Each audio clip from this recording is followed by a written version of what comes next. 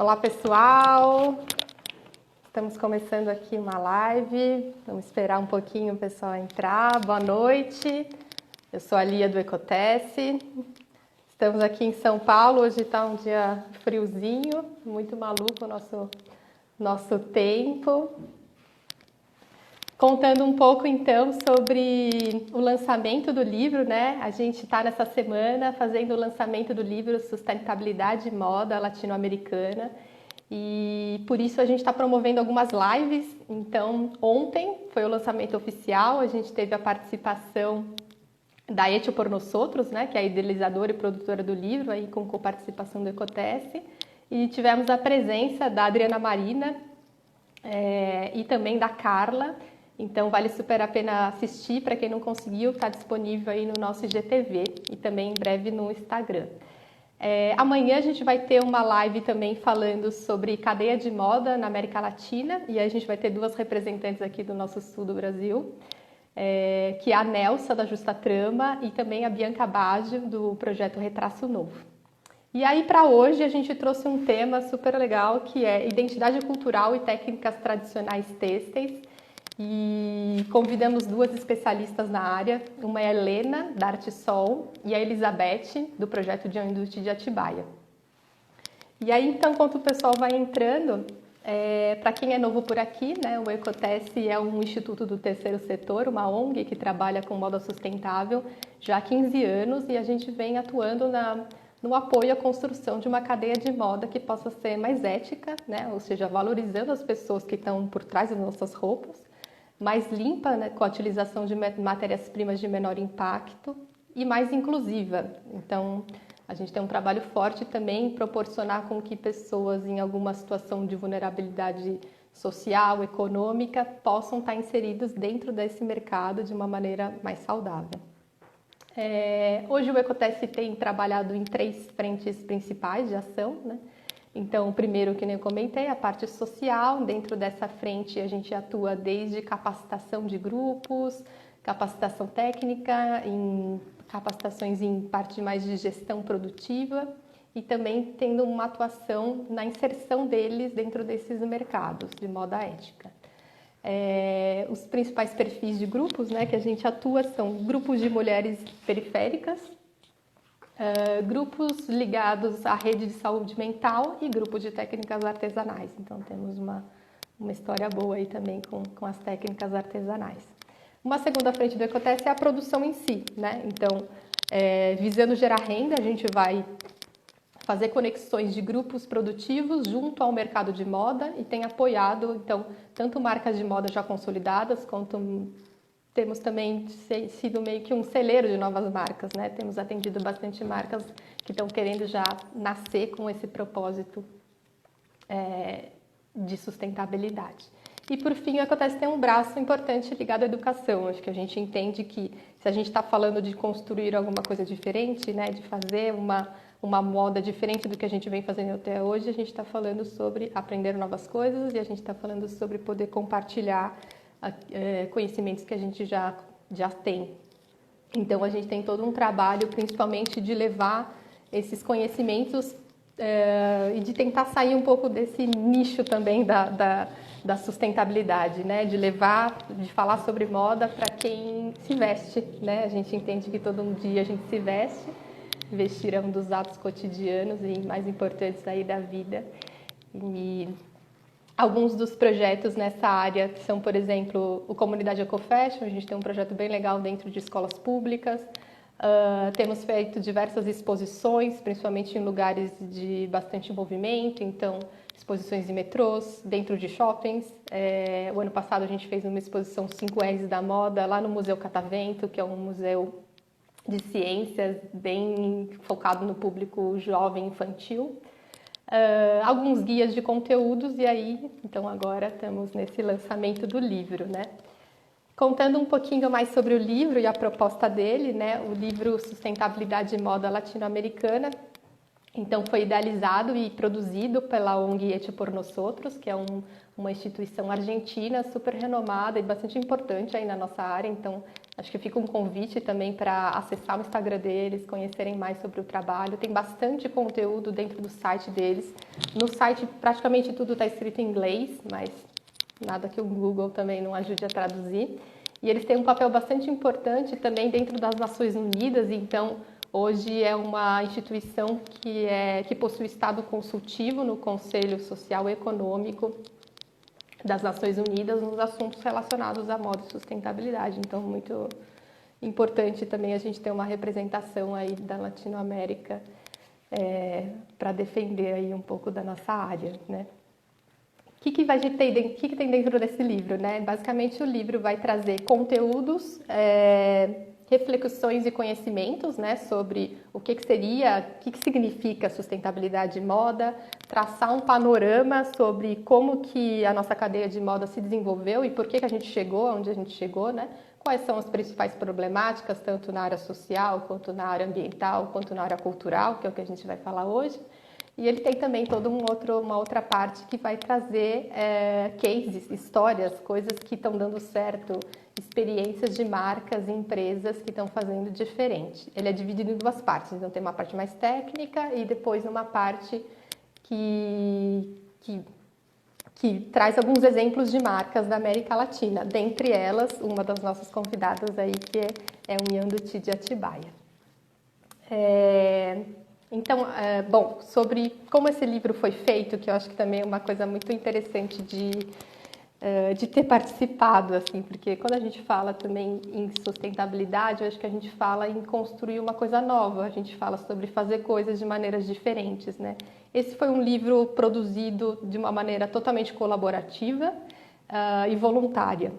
E por mais que isso possa soar bonito, e é bonito, né, ele traz inúmeros desafios, e principalmente quando a gente está produzindo coisas com pessoas que a gente não conhece, em outra língua, né? Então, basicamente, a Eti por Nosotros encabeçou essa ideia, convidou diversas instituições e especialistas na área de moda sustentável e começou a articular isso. Então, cada parte do livro foi escrito por uma pessoa diferente, com um conhecimento diferente. Aqui no Brasil, a gente colaborou com uma parte dos textos, né? A gente fez um convite para algumas marcas que estão lá dentro sendo representadas, cuidou da parte de tradução, todas feitas de maneira voluntária, então a gente teve um chamado de voluntariados que trabalharam nisso, a revisão, e agora a gente está então aí atuando na parte de poder propagar esse livro aqui no Brasil. Eu acho que ele vem também com uma coisa importante, porque a gente tem ainda poucas bibliografias, né, falando sobre sustentabilidade e principalmente traduzidas para a nossa língua. Então, acho que uma honra aí ter feito parte desse projeto. Ele está disponível no Amazon, né? Então, como que vocês vão conseguir acessar? Através do Amazon, é um livro digital por enquanto. Então, convido vocês, quando eu terminar a live, para entrar lá. Se vocês procurarem tanto pelo nome do livro ou escreverem Acontece, automaticamente já vai aparecer. E é muito legal porque vocês conseguem ver, acho que até a página 37, se eu não me engano. Então, dá para ler um pouco, dá para entender um pouco a carinha do livro, vale bem a pena. E aí, então, a gente começou nessa ideia de fazer como divulgar o livro, né, no meio de uma pandemia. Estamos promovendo essa sessão de lives com alguns conteúdos que tem ali no livro. E quando a gente fala sobre sustentabilidade na moda, a gente tem muito conteúdo para falar, a gente tem muito problema e a gente tem muitos assuntos também de interesse, né? E aí, dentre eles, a gente quis trazer um dos assuntos do capítulo 5, na verdade, que ele fala sobre o papel do artesanato na América Latina. Acho que esse é um assunto muito importante aqui dentro do Acontece, é um assunto que me interessa bastante pessoalmente, né? Aqui a gente vem já há bastante tempo, né, desenvolvendo produtos e tentando fazer uma conexão do artesanato junto com a moda, então é uma experiência que a gente vai sentindo na pele, assim, esses desafios e sentindo na pele também tanto o desafio de produção em si, né, mas em como é difícil hoje a gente falar sobre artesanato e poder valorizá-lo, assim, né. E, bom, eu acho que a gente quis trazer esse assunto e aí eu trouxe duas convidadas que são super especiais e que eu acho que vão poder trazer um panorama muito maior. Acho que só voltando um pouco numa coisa que eu queria contextualizar, né? Eu acho que a parte do artesanato e da cultura, ela faz parte um pouco da identidade do nosso povo, assim.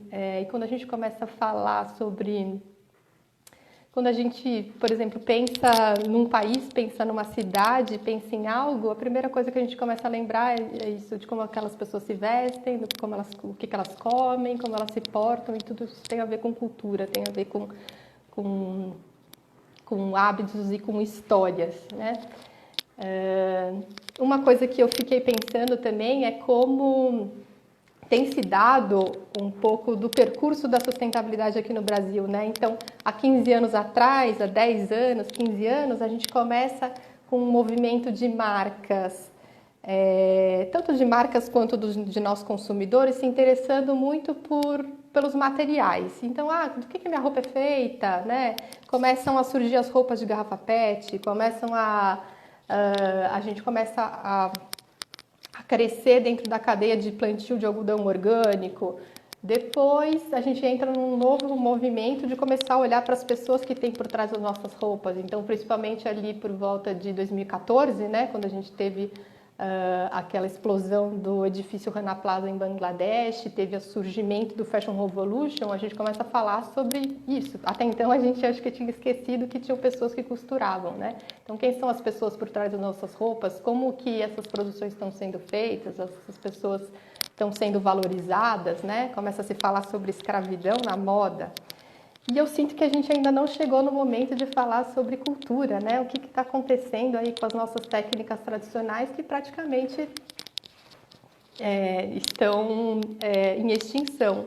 Então, acho que é por isso também que a gente traz esse tema como uma coisa bastante relevante. E aí, para a gente falar um pouco mais sobre isso, então, eu vou chamar a nossa primeira convidada, que é a Helena da Artesol. Vamos ver aqui. A Helena acho que está já ao vivo aqui com a gente. E esperar a Helena entrar. Oi, Olá! Tudo bom, Helena? tudo bem? E aí? Que prazer! Muito bom estar aqui hoje, falando desse lançamento, né? Falando sobre Sim, artesanato também. Muito bom. eu acho que a Helena, para contar um pouco, assim, a gente já tem uma história aí com ela, já desenvolvemos projetos juntas. Então, eu acho que é uma pessoa que tanto participou aí dessa história do Ecotesse, né? Que tem toda uma história própria que eu quero que você conte também, tanto de pesquisa, e eu acho que você traz uma coisa assim de ter vivido tanto o lado do mercado, né, da moda, e agora principalmente estando dentro muito profundamente junto com os grupos, assim. Então, acho que é muito legal poder te escutar, assim. Então, acho que para começar, eu acho que a gente sempre gosta de escutar as histórias. Então, a gente queria que você contasse quem é você, como que você começou e como que se deu assim um pouco da sua trajetória dentro do artesanato e dentro da moda. Uhum. Bom, primeiro eu queria falar que eu estou muito feliz de estar aqui, porque eu acho que é um momento bem especial, né, o lançamento desse livro. Na época da elaboração eu pude colaborar um pouquinho também. Sim, E eu admiro muito o trabalho que vocês fazem na Ecoteste, a postura profissional e política que vocês têm, eu acho que é muito importante no setor, essencial, assim, né, para trazer discussões e potencializar a, esse tema, né? E eu também fico muito feliz de dividir a live com a Elizabeth, que tem um trabalho que eu admiro muito de pesquisa, de transmissão de conhecimento da renda Yanduti, né? Então, legal, muito obrigada pelo convite. sim. E, bom, eu tô hoje aqui no perfil da Artesol. Para quem está chegando pela Ecotesse e não conhece a Artesol, conheçam, acessem o perfil. A Artesol, primeiro eu vou falar rapidinho, enfim, depois vou apresentar os projetos também, mas só para situar porque eu tô aqui no perfil da Artesol, né? A Artesol é uma organização não governamental que trabalha com o artesanato, né? Na valorização, na difusão e na salvaguarda do artesanato há mais de 20 anos. E, e eu trabalho com Artesol há 3 anos no projeto da rede, que eu vou falar um pouquinho daqui a pouco. Opa, daqui a pouco. Então, vocês podem conhecer um pouco dessa história na plataforma da Artesol. Tem a história dos projetos, a gente já trabalhou com projetos mais diversos, sempre com esse foco, né, da valorização e da salvaguarda do artesanato. Então, no site da Artesol tem todas essas informações, tem vídeos, tem um material de pesquisa muito rico. E, bom, eu, eu sou, eu sou formada em design de moda, né, e eu me formei, eu acho que é muito legal ouvir você falando, e acho que é um assunto que vai muito longe, assim, porque eu me formei em 2010 em moda. E foi um período que a gente estava vivendo essa transição. Estava vivendo essa. Não é bem uma transição, porque não chegou a transicionar, né? Sim. Não tanto quanto a gente queria, mas que o assunto da moda sustentável, do slow fashion, enfim, o termo que se queira usar, ele estava começando a pipocar, tipo, estava Uhum. começando a brotar por aí, né? E quando eu comecei a estudar, a gente tinha muito uma ideia criativa da moda, né, de criação. Eu sempre gostei muito do vestir mesmo, eu sempre gostei da materialidade da moda, sempre gostei muito da questão conceitual e histórica, mas também muito da materialidade. E, e tinha um destino quase certo, que era trabalhar na indústria. Já tinha esse incômodo, assim, essa coisa que não tinha muito nome ainda, mas tinha uma situação ali que não parecia muito, não me agradava muito, pessoalmente. E aí começou a surgir esse assunto da moda sustentável. E a primeira vez que eu ouvi sobre isso, na verdade, foi em 2009, com dois designers uruguaios, que é a Ana Uhum. Livni e o Scooter, que eles trabalham com slow fashion e eles começaram muito tipo 2008, assim, eles se apropriaram do termo do slow food, que eles estavam na Itália na época, e começaram a usar slow Uhum. fashion, ao mesmo tempo que surgiu o slow fashion em Londres também, né, que começaram a se falar isso. Então, eu conheci isso e aí eu fui trabalhar com eles. Então, eu comecei sempre nessa, pensando na trajetória, né, na minha trajetória, primeiro como estudante, depois como profissional, eu sempre busquei estar conectada com essa ideia, assim, né, com esse tipo de trabalho, que é um trabalho muito diferente do que a gente tem acesso em marcas grandes ou mesmo na indústria, né?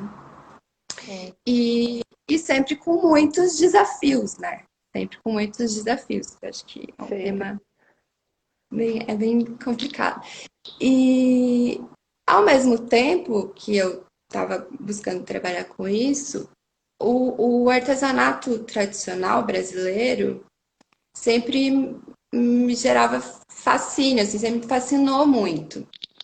Porque tem toda a questão cultural, social, histórica, mas também é lindíssimo, né? Tipo, uma coisa que encanta mesmo, né? Quando a gente conhece um pouco do artesanato e tem um contato com esse universo, é muito encantador, assim. Então, desde a faculdade eu já tinha esse amor, assim, e aí eu fui. E isso. Aí talvez eu fale demais porque um assunto que eu Porque é gosto. uma coisa que te É, encanta mesmo. Mas aí, e aí você acabou caindo. Como que você foi, por exemplo, cair para a área de trabalhar com.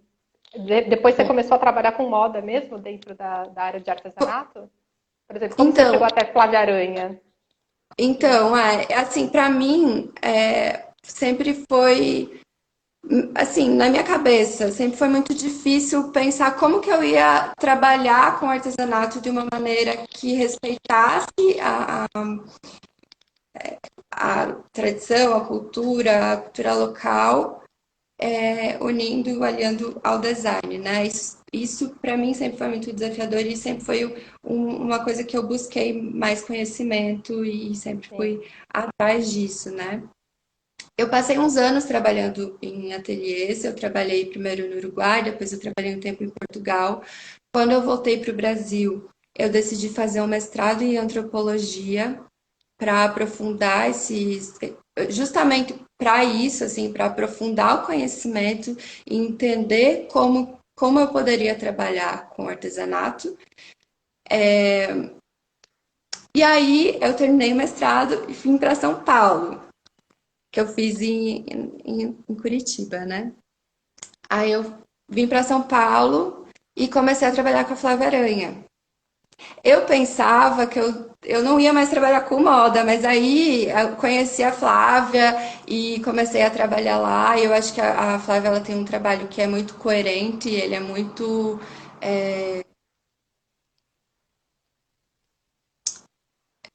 Ele tá- é um trabalho que constrói muito, né, nesse sentido, assim. Eu acho que tem um papel bem central quando a gente fala, é bem representativo. E aí eu voltei a trabalhar com moda. Então eu saí da pesquisa, também saí da É pesquisa. engraçado um pouco isso, eu só te cortando um pouco, que agora eu me lembrei um pouco até da Júlia do Ecotesse, que fala um pouco isso, né? Eu sinto que a gente que está um pouco nessa área de sustentabilidade, moda, artesanato e afins, a gente tem uns dilemas, né? Tipo, quando você Uhum, começa a entrar um pouco para essa cadeia, você começa a falar, nossa, tá tudo errado, não quero mais trabalhar com isso, quero fugir, mas ao mesmo tempo a gente também já foi meio que picado, porque a moda é super encantadora, é isso que eu tá dizendo, né? Ela tem toda essa coisa por trás e acho que a gente parece que as nossas histórias vão se conectando por isso, né? De querer seguir esse caminho do que é a beleza de verdade na moda, assim, né? De quem são as uhum, pessoas que estão fazendo isso, como que a gente pode se juntar, assim.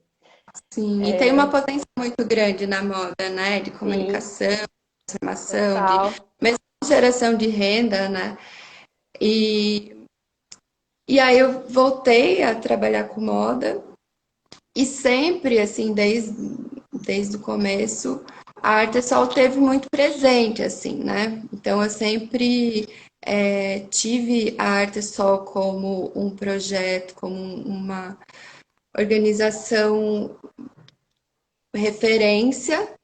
E Sim, sempre que totalmente eu queria referência. saber alguma coisa, assim, sobre fazer alguma pesquisa, a minha pesquisa de mestrado, eu pesquisei muito no material da Artesol e trabalhei com um dos grupos que a Artesol já tinha trabalhado, né, em 2001. Então eu fui em E deixa eu te fazer 2015. uma pergunta sobre grupos, aproveitando que você está falando sobre isso. Bom, aí você me corrija se eu estiver errado, a Artsol vai ter um trabalho bastante amplo dentro do artesanato, né? Que vai desde da Sim, parte mais têxtil até objetos de casa, cerâmicas, né? Diversas técnicas. Você, relacionado aos têxteis, ou não necessariamente têxteis, mas coisas que têm uma relação com a nossa área mais de moda, o vestir. Que você poderia citar, assim, do que vocês estão trabalhando? Tanto de técnicas ou de grupos? O que você poderia contar um pouquinho? dentro da Artesol. Isso. A gente tem hoje, o projeto central da Artesol hoje é o projeto Rede, que é o Uhum. Rede Nacional do Artesanato Cultural Brasileiro. E dentro do projeto Rede, assim, o corpo do projeto é trabalhar a conexão e a comunicação dos agentes da cadeia do artesanato, né? Então, conectar, a gente percebeu que muito trabalho vinha sendo feito no Brasil todo por programas de governo, outras organizações, SEBRAE, ONGs locais que vinham trabalhando muito com o artesanato. Tinha muita coisa interessante acontecendo, mas não tinha uma conexão, não tinha era difícil encontrar o material, né? Então, a rede surgiu um pouco nesse sentido, né, de comunicação, difusão, salvaguarda desses conhecimentos. E hoje a Artesol ela tem uma plataforma com mais de 200 membros, de 200 artesãos, mas está 400 membros ao todo, né, de todos os agentes. E, e essa quantidade de informação que a gente reuniu, né, e esses contatos que a gente fez dentro da rede, eles são muito importantes para potencializar o trabalho com artesanato. E aí a gente entra na moda também, né? Na moda e no design, na moda Uhum. têxtil, né? Se quiser falar. Eu acho que os têxteis, eles são hoje o maior desafio dentro do, do artesanato, um dos maiores desafios. A gente tem muitos desafios, né? Mas dentro do artesanato, os têxteis, a gente tem um número muito grande de mulheres produzindo, falo já mulheres porque existem alguns homens que trabalham com têxteis também, mas a maioria são mulheres mesmo, como a maioria das artesãs brasileiras são mulheres, né? Uhum. Quase 80% das artesãs são artesãs e não artesãos, né? Então, os têxteis, a gente vive esse desafio de conseguir uma valorização, né, do mercado, conseguir que eles sigam sendo produzidos e conseguir integrar eles no sistema, por exemplo, como que uma marca começa a trabalhar com uma produção artesanal têxtil, né, Sim. com grupos produtivos que às vezes não estão no mesmo estado, na mesma E ao cidade. mesmo tempo, eu acho que não sei se eu concordo totalmente, assim, eu acho que é um pouco do que eu estava tentando contar, né, dos desafios que acontece sempre aí, tentando fazer essas pontes, eu acho que tem muitas questões que a gente traz que é talvez diferente dos outros objetos artesanais, né? Dentro da moda, a gente tem acontecendo todo. Bom, primeiro uma sociedade que é desconectada do fazer, né? Tipo, não só na moda, mas a gente não sabe mais como as coisas são feitas. Então, eu sinto que um consumidor de moda, quando ele vê, por exemplo, uma renda, ele não entende o que é aquilo, né? Tipo, ele não tá vendo esse processo por trás, assim. Então, acho que a gente perdeu tudo isso. A gente está também tentar numa situação que o fast fashion foi amassando tudo, né? Então, Porque muitas vezes as hoje. coisas elas são, desculpa, Não, pode é que complementar. muitas vezes as coisas elas são colocadas lado a lado mesmo, né? É muito difícil para uma pessoa reconhecer uma renda artesanal, porque muitas Sim, vezes a renda artesanal e a industrial, elas estão uma do lado da outra na feira de artesanato, quando as uhum, pessoas viajam, né, visitam lugares que produzem, principalmente no Nordeste, uhum. esses trabalhos eles são muitas vezes colocados lado a lado. Então a gente não tem muito contato com o processo produtivo, a gente não sabe muito o tempo que leva para fazer, né? Como a gente perdeu esse contato. Mas ainda os têxteis são muito presentes na nossa vida, porque todo mundo Sim, tem têxteis artesanais em casa, né? Todo mundo tem algum bordado, algum trabalho de renda, ou mesmo que seja crochê em casa. sim, faz Tear, parte, né? né, da história da nossa Faz história. parte. Tem mãe, tia, avó que sabe fazer, e a gente está vivendo um resgate muito grande disso, né? A Artesol mesmo atua muito na comunicação do processo como um todo, né? Na comunicação de quem faz, como é feito, onde é feito. A gente busca sempre comunicar muito bem isso para que as pessoas se aproximem mais, né? Que exista a valorização cultural junto da valorização econômica, porque a gente não consegue uma sem a outra, né? A gente não vai conseguir posicionar esses trabalhos de uma forma justa no mercado sem a valorização cultural.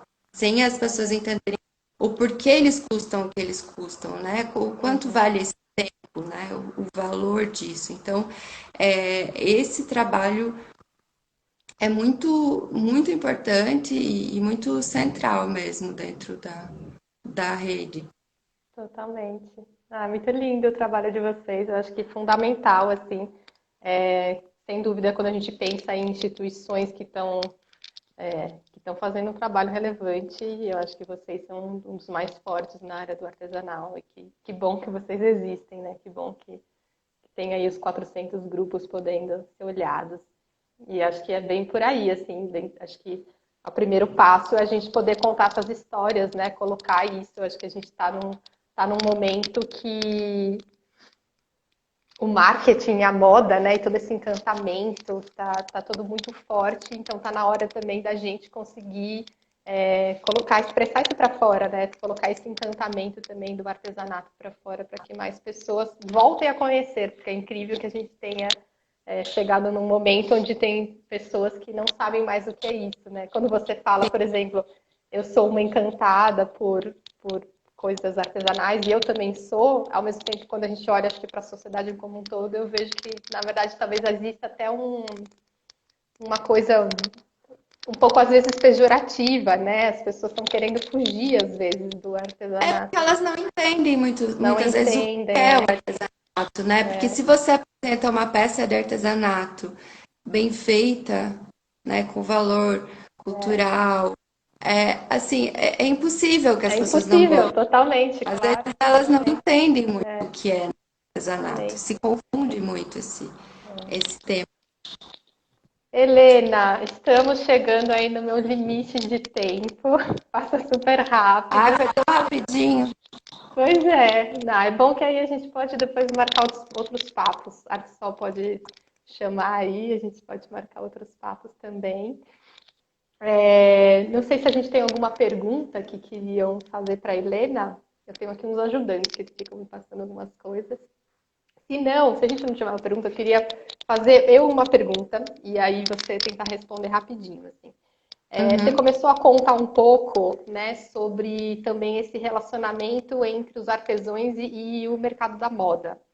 E o que você uhum, enxerga um pouco sobre isso, assim? Estou perguntando porque eu sei que existe todo o potencial sobre isso, né? Eu acho que de um lado a gente tem o design criador, né, que tem isso, tem toda uma visão de como fazer coisas diferentes e traz referências. Por outro lado, a gente tem o artesão tradicional, né, que tem a técnica e tem um método de se fazer. E às vezes essas conexões também são polêmicas, eu diria. Eu acho que até a Elizabeth depois vai poder contar um pouco mais, assim. sim. E às vezes isso pode ser muito saudável e às vezes ela não é nada saudável. Você consegue É. contextualizar assim Eu acho rapidinho o que você é acha? difícil falar rapidinho sobre isso, mas É, é assim, é, é muito necessária essa conexão. Hoje eu vejo assim, eu acho que para tá. mim sempre foi, eu sempre percebi como necessária, mas sempre essa questão polêmica e essas questões que são um encontro às vezes não tão saudável, acabavam ficando ali no fundo e tipo, eu acho que isso não pode sobrepor a importância do encontro entre o design e o artesanato. Aí quando a Uhum. gente fala de design e artesanato, a gente não está só falando da criação de novos produtos, né?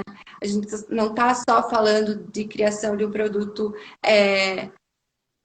atrativo para o mercado, a gente Uhum. ou para ganhar um prêmio num salão de design. A gente está falando de todo o processo, né? Eu acho que o design ele vem colaborar muito com isso. Assim, esse conhecimento que o design traz vem colaborar muito para repensar o processo mesmo, otimizar o processo da produção artesanal, né? Uhum. Ajudar a criar novos produtos, mas pensando também nessa como integrar a cadeia. Eu acho que, para mim, hoje, assim, eu vejo isso muito como uma questão chave dessa conexão. É integrar a cadeia toda, desde da coleta de matéria-prima, ou de aquisição de matéria-prima, produção, até comercialização. Então, como que otimiza isso e potencializa, e eu acho que o design vem colaborar muito. Só rapidinho, só para eu falar uma coisa que é bem interessante, Claro. Dentro da rede, né, a gente lançou esse ano o canal Artesol, que é um canal de aprendizagem, então é um canal aberto para todos os artesãos e artesãs que têm interesse em acessar esse conteúdo que foi produzido para os artesãos, né? E na produção do conteúdo, antes dessa produção, a gente entrou em contato com todos os artesãos da rede para conversar, porque a gente trabalha muito em conjunto, muito na comunicação com os artesãos mesmo que estão na rede. Então, vem sendo um trabalho muito rico nesse sentido. E aí a gente perguntou quais os temas que vocês querem ouvir? Quais os temas que Uhum. vocês têm mais necessidade ou mais dificuldade, ou que vocês têm mais interesse em trabalhar, né? Que a gente apresente para vocês, para poder elaborar esse conteúdo dentro do interesse que eles Uhum. apresentaram. E um dos temas mais pedidos sempre é design. Ah, que interessante. Sempre, é tipo design pensando novos produtos, mas assim, existe uma demanda dos artesãos também para trabalhar com design. Então, eu acho que é um tema aí muito rico, muito abrangente, que a gente pode Que legal. falar horas, mas sim, é bem importante essa Sim, conexão. acho que sim. Acho que é bem importante e bem importante a gente até experimentar e trazer essas referências de coisas que deram certo e para a gente não repetir aqueles encontros que a gente sabe que são os encontros polêmicos, né? De coisas que não foram Exatamente. legais. Mas muito bom, nossa, muito legal também esse último projeto que você está contando. Eu acho que tem, o Ecoteste também vem num processo de querer gravar alguns vídeos, então depois a gente tem bastante coisa para trocar aí. Sim. Ah, e todo mundo que tiver interesse é só acessar na plataforma. Maravilhoso. Quero te agradecer demais, então. Pena que foi tão rapidinho. E espero que a gente possa se encontrar em breve aí para conversar mais. Sim, sim. Obrigada, Helena. Obrigada, um beijo. Um beijo. Então, a gente vai continuar agora com a Elizabeth do Iando de Atibaia. Então, bom, para quem não conhecia o trabalho da Artsol, maravilhoso, não tem nem o que falar. Então, saindo daqui, seguir a Artsol, conhecer um pouco mais o trabalho deles, é sem dúvida uma instituição pioneira aí na arte do artesanato. Eu vou chamar então a Elizabeth para entrar com a gente, para a gente dar sequência. E vamos lá. E aí a gente já vai no gancho. Elizabeth também é uma pessoa que eu conheço há muitos anos. Olá! Opa, foi rápido. Sempre elegante. Opa, muito obrigada. Tudo bom? Tudo bom, Lia? Acho que é um prazer enorme poder te encontrar novamente. A gente se conhece já há bastante tempo e foi Nossa, através da a renda, gente se namora platonicamente há muito tempo, né? não Muitos é? anos. Fazendo uma coisinha aqui, uma coisinha ali, um pouquinho de cada coisa. Devagarzinho, chegamos aqui, juntos, Sim, nesse sim. livro maravilhoso. Aliás, eu não consegui estar com você ontem, porque eu tinha um compromisso que eu não consegui desmarcar, mas eu assisti depois. Nossa, Que eu achei bom. muito, muito interessante, fiquei muito emocionada. Eu achei principalmente que eu quero fazer uma introdução. Você comentou uma coisa com a Marina muito importante, que é a questão da gente, de que parece que o Brasil não está na América Latina. Uhum. Então, eu queria lembrar que, na verdade, o que você está fazendo, o que a Ecoteste fez, é super importante, justamente porque inseriu e lembrou a gente de que a gente pode ser o único país que fala português dessa América Latina, mas nós somos da América Latina. E, na verdade, a gente está... Ao você traduzir, lançar aqui, você, na verdade, está relembrando e está reintegrando e fazendo com que a gente lembre que, na verdade, a gente tenha que olhar para esse lado. Isso Nossa, eu acho de uma tô importância... arrepiada. Eu acho isso de uma importância fundamental, porque, assim, na minha história, eu virei para a América Latina por causa da renda em Yanduti. Porque a renda em Yanduti é a verdadeira expressão desta questão. É uma renda que vai para vários lugares da América Latina, que mostra a diversidade, que em cada lugar tem tem uma feiçãozinha, tem uma cara, tem uma característica e tal, mas ela lembra que nós somos todos latinos, sabe? Assim, então eu acho que é o casamento perfeito, realmente. Assim, estou muito contente com o fato de tudo que faz o Brasil se integrar na América Latina é uma coisa e um movimento que me alegra muito, porque é Com uma coisa que a certeza. gente faz muito pouco, né? Impressionante. É impressionante por que que a gente faz muito pouco. Eu acho que essa é uma reflexão que eu sempre tenho. Porque quando a gente se conecta com eles. Historicamente tem seus fundamentos, Lia. Tem a Uhum, questão da língua, nós temos a questão da dimensão do país. A gente sim, tinha, até bem pouco tempo, a gente tinha um sertão inteiro, o interior inteiro da América Latina de distância, para chegar até a parte mais latina. Você vê que a ocupação da interiorização do país é muito recente, é da década de 60, né? sim. Sabe? Então, na verdade, a gente tem motivos para isso, digamos assim, mas de toda forma também tem motivos que é da gente ficar muito mais ligada com o lado, com o que está depois do oceano, embora seja muito mais difícil, seja.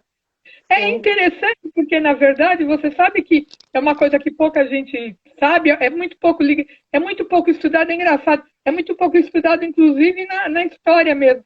Por exemplo, aqui essa área de São Paulo e essa área do sul do Brasil tinha uma época que tinha mais contato com Assunção e pelos Piabirus, pelos caminhos dos índios, do que uhum, com a parte do oceano, com São Vicente e, por sua vez, com a corte portuguesa.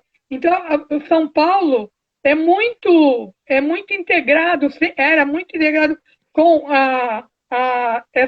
essa parte interior do continente, que depois, inclusive, foi fechado, foi até porque não era interesse da coroa, né? Da coroa portuguesa. realmente, Mas a gente tem muito trecho de história que a gente ainda não conhece. Tem com muita coisa certeza. para conhecer e para estudar, viu? Mas muito legal te escutar nesse ponto, assim. E deixa eu te. Eu queria que você se apresentasse, apresentasse um pouco da sua história, apresentasse o seu trabalho relacionado à renda em Anduti.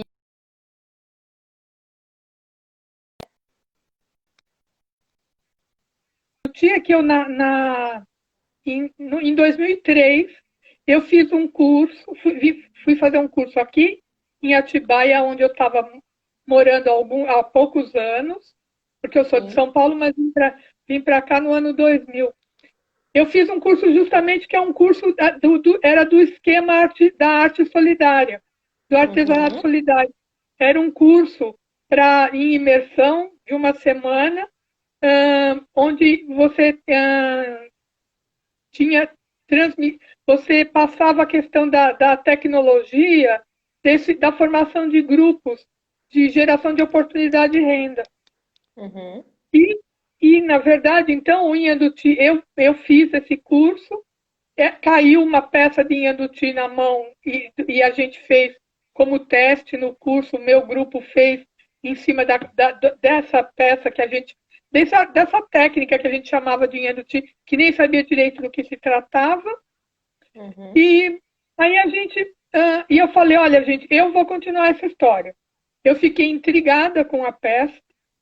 Eu falei, eu vou continuar essa pesquisa. Até porque o nome me intrigava, porque Inhanduti é uma palavra guarani. E depois eu vim a saber que, na verdade, ela significa o branco da aranha. Ah, E, eu continuei essa pesquisa. No fim, no começo, uma ou duas pessoas se agregaram, mas depois também foram indo. Eu, na verdade, tenho algumas pessoas que, durante alguns períodos de tempo, fazem o trabalho comigo e depois de um tempo já vai para outro lado. Só eu, no final, que acabo mesmo, que desde 2004 estou nessa, assim, no começo muito devagar, porque eu trabalhava, nunca era sempre uma atividade paralela, né? E só nos últimos anos que eu tenho tido um pouco mais de tempo depois que eu me aposentei. Mas então, aí eu peguei e comecei a querer ir atrás dessa história, fiquei intrigada. E o que acontece? E não tinha informação. Porque em 2003, 2004, essa técnica estava praticamente esquecida. Extinta. Uhum. Não conseguia informação. O nível essa renda é tão pouco estudada, essa técnica é tão pouco estudada, que terminou que eu desenvolvi um procedimento que eu mantive todo o tempo. Eu tenho que ir até o local estudar, eu viajo.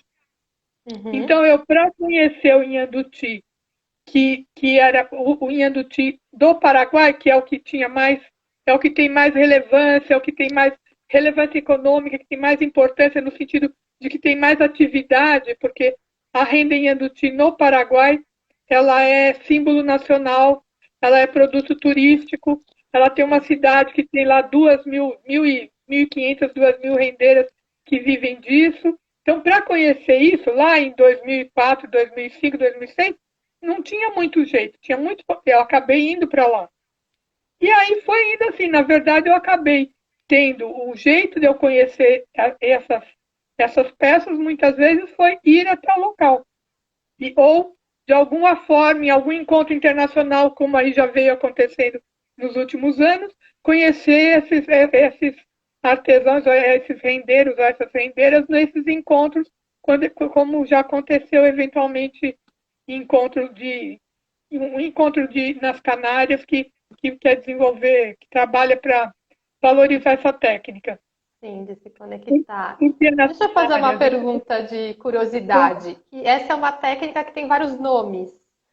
Então, Tenerife, Renda-Sol, é isso? Então, na verdade, é assim, a Renda-Sol é porque ela é da família dos soles, das Renda-Sol. Por quê? Porque, na verdade, o soles, ou a Renda-Sol, é o ancestral dessa técnica. Então, tanto é que seria através dela, que ela é uma renda emblemática do século de ouro da Espanha, do século XVI, da Espanha, de Castilla e León, que a Espanha do século XVI que a gente conhece, a Espanha dos grandes descobrimentos, é essa Espanha do século XVI, que é Castilla e León, que na verdade é essa Espanha dessa época. Então, possivelmente, ela chega para a América por aí. Embora essa pesquisa documentalmente nunca tenha sido feita ainda. Isso por enquanto, continua sendo só uma ilação, porque ainda não está documentada, ainda não foi feita documentalmente. E o que você mais vai ouvir é que veio pelas Canárias. Realmente, ela veio pelas Canárias, porque as Ilhas Canárias, Tenerife era o almoxarifado das grandes navegações. Inclusive, em Tenerife, você tinha acordos especiais de imigração. O navio parava lá e ele podia trazer para a América até 5 famílias. Então, isso tudo, claro. Então, também, o que você vai ouvir mais a nível de história é que veio pelas Ilhas Canárias. Mas eu acho que, na verdade, ela tem o seu ancestral, porque você também tem a história desses primeiros colonizadores que no século XVII e tal, em algum momento naufragaram na costa, tanto do Brasil como indo para Assunção ou indo para a área do Prata, entendeu? Então não é uma coisa que está documentada, mas é uma coisa que por enquanto a gente ainda está na lógica e alguém vai ter que um dia fazer essa pesquisa e fazer essa pesquisa e essa documentação, né? E aí ela atinge vários lugares da América, tanto da América do Norte como da América do Sul, e o que acontece é que ela desenvolve, em cada lugar que ela vai, ela adquire algumas características próprias, às vezes nomes próprios, às vezes técnica, o lugar onde ela se acultura melhor e de uma forma mais especial e mais forte é no Paraguai. Porque no Paraguai ela vai adquirir esse nome novo, tanto que no Paraguai essa técnica não é chamada nem de sol, nem de Renda-Sol, nem de Tenerife, ela é chamada de Inhanduti. Ela desenvolve a população crioula, que é aquela população mestiça, né, com o próprio... O Paraguai é um dos países mais miscigenados do mundo. A aculturação, a miscigenação com o povo guarani é muito grande, teve políticas públicas de integração entre... Então é muito especial. A cultura guarani é muito forte no Paraguai. Muito forte, muito bonita, muito interessante. Então, você, na verdade, vai ter... Lá ela vai, inclusive, ter esse nome de Inhanduti, e ela vai ter características completamente diferentes de todos os lugares do mundo, porque ela, inclusive, Olha. é tecida de uma outra forma. Eu tenho condição de mostrar aqui uma peça de Inhanduti do Paraguai, se você Nos conseguir. mostre. Sim, dá para ver. Esse é como é feito no Paraguai. Uhum. É claro, ela aqui é uma peça para turismo, então ela está presa no bastidor quadro. onde ela é feita, tá? Mas ela geralmente tem, ela mais modernamente ela vai se colorir, mais antigamente ela era mais para o branco, para o bege, já chegou a ser feita até uma época com fibra de caraguaitá, ou ela já chegou também a ser mais parecida com, mais para o branco, mais para a cor clara. E depois, talvez até por causa do turismo mesmo, ela foi colorindo. Acho que o artesanato vai se modificando um pouco, né? Então você está falando sobre utilização de materiais diferentes, provavelmente o turismo com certeza vai trazendo umas demandas, né? E o que tem mais interessante e muito bonito é que essa integração com o Paraguai é tão grande que, inclusive, a renda é reescrita no Paraguai. Então, ela vem da Europa muito floral e ela aqui no Paraguai ela começa a escrever as coisas, os animaizinhos, os animais, a flor local, o jasmim. Ela começa a reescrever o entorno do Novo Mundo. Então, E eu acho que, assim, o Brasil sofreu uma influência bastante grande, porém peculiar, do seu jeito próprio, da questão do Inhanduti do Paraguai. A gente pegou muito o nome,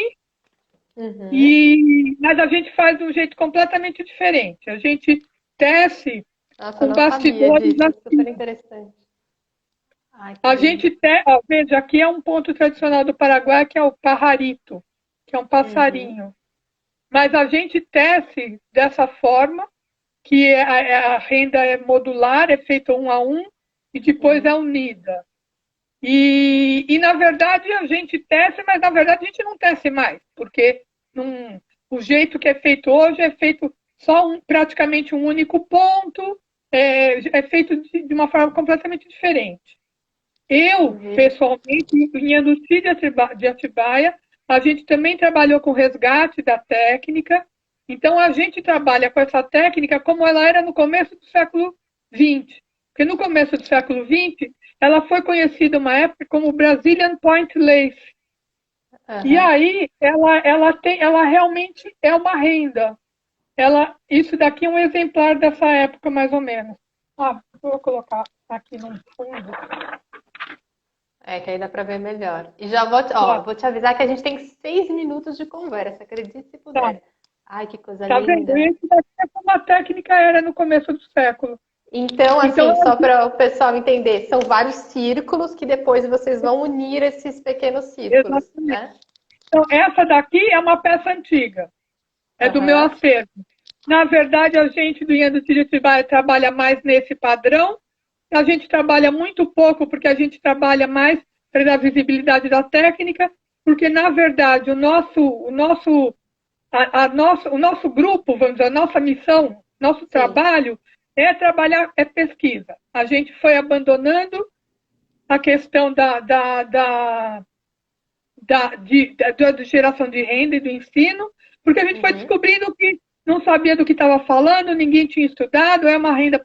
Eu, inclusive, no livro, falo que eu gostaria muito que a renda um dia deixasse de ser uma renda de segunda categoria.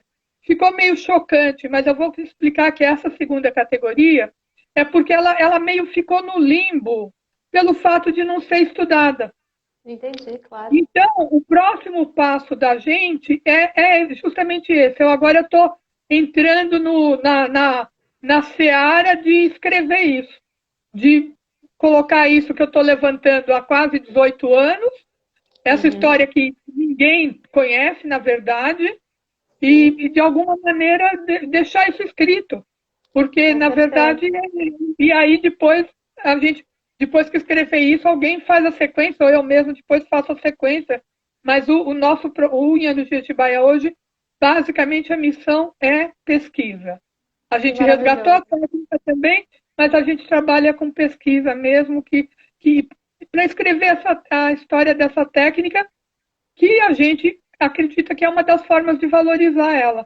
E realmente a gente conseguiu, é interessante, porque embora a gente tenha muito pouco elemento, desde o começo eu trabalho com a internet.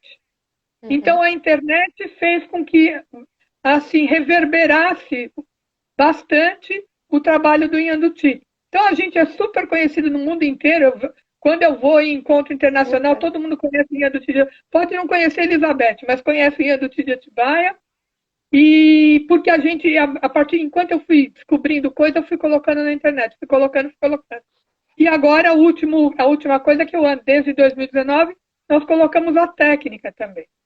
A gente tem hoje vídeo com 3 vídeos com passo a passo muito bem feito, muito extenso, de quase meia hora cada um, onde a gente com muito apuro, com muito detalhe, a gente está transmitindo a técnica que a gente desenvolveu. Sim. É, eu acho que você é uma pessoa que traz essa bagagem de uma pessoa que realmente é isso, pesquisou, estudou e está tentando propagar toda essa história, né? E eu acho que isso é bastante importante, né? Além do fazer em si, do grupo de geração de renda, do grupo do artesão, assim, de a gente poder entender o significado mesmo também por trás do trabalho artesanal, como ele é feito, né? Como ele era feito antigamente, quais são as possibilidades. E o Mas significado também o disso tudo, né? significado. Eu acho que a Edi também ajuda quando a Helena, por exemplo, estava falando de a gente contar essas histórias, né? Toda essa bagagem que você vai trazendo ajuda a gente a poder contar melhores histórias, porque a gente sabe do que a gente está falando, né? A gente sabe como colocar isso para fora. E Ajuda tem muita a criar coisa, valor. Lívia. Porque tem assim, tem um momento, inclusive, que o Inhanduti, em 1900, na década de 50, aqui na região de São Paulo, essa técnica foi produto para muitas famílias, gerou renda. E Sim, aí ela é. tinha uma cara muito especial. Isso também é uma coisa que eu fui levantando, entendeu? Então tem muita história ainda para se colocar. E é claro que ela já serviu em algum momento e já fez parte de um movimento importante de economia informal e de artesanato, entendeu? É. Nessa região, em Socorro, principalmente, na região de Campinas, em São Paulo também localizei algumas famílias.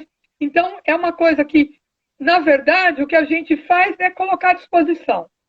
Nós, com o tempo, Muito estamos legal. colocando à disposição, como a gente vem vindo, na verdade, desde 2006, 2007, que eu mantenho vários blogs, eu tenho, inclusive, um museu virtual da renda Tenerife, né? Então, desde Sim. 2006, 2007, a gente sempre colocou à disposição tudo que a gente foi descobrindo, aprendendo, sabe? A gente sempre compartilhou isso. E deixa eu Sabe? te falar, acho que a Inclusive, gente tem. Desculpa, a gente pode tem acho falar que um primeiro. minuto. Bom, primeiro eu queria contar que tem várias pessoas comentando aqui que já aprenderam com a mãe, aprenderam com a avó e que sabem um pouquinho de Isso renda precisava Tenerife. Muito só lindo. aprender em contato comigo. Então, ó, entra em contato. E a gente, eu não sei exatamente como que finaliza, de alguma maneira, alguma hora eles vão encerrar a gente. Eu queria te fazer uma última pergunta. Fala, Só para fala. a gente conseguir finalizar. Você comentou que no livro, né, aquele seu depoimento do livro é um depoimento que a gente pegou em 2017, se eu não me engano. Então, acho que se fosse fazer de novo essa pergunta, né, o que você desejaria aí para o Inhanduti de Atibaia, para o seu trabalho, em uma frase, o que você pensa aí Não, sobre o eu quero futuro disso? agora deixar isso de uma forma mais sólida, esse trabalho e essa pesquisa mais solidamente, porque por enquanto ela está meio só na internet, no mundo virtual. Então eu queria deixar isso de uma forma mais sólida. Eu acho que é o próximo caminho, a próxima fase dessa pesquisa, entendeu? É estudar e montar esse texto e ver Divulgar. qual é a forma que essa pesquisa vai ficar por aí e Maravilhoso. formalizar isso para, de repente, até partir para uma outra, até para uma outra fase, sabe? Também. Maravilhoso. Também tem isso, a Bom. gente talvez tenha que encerrar esse ciclo. Aham. Pode ser que sim, né? Acho que talvez seja um ciclo. Você já pesquisou bastante, agora conclui algumas coisas, divulga, não sei, Exatamente, monta um exatamente livro, fazer uma exposição, quem sabe.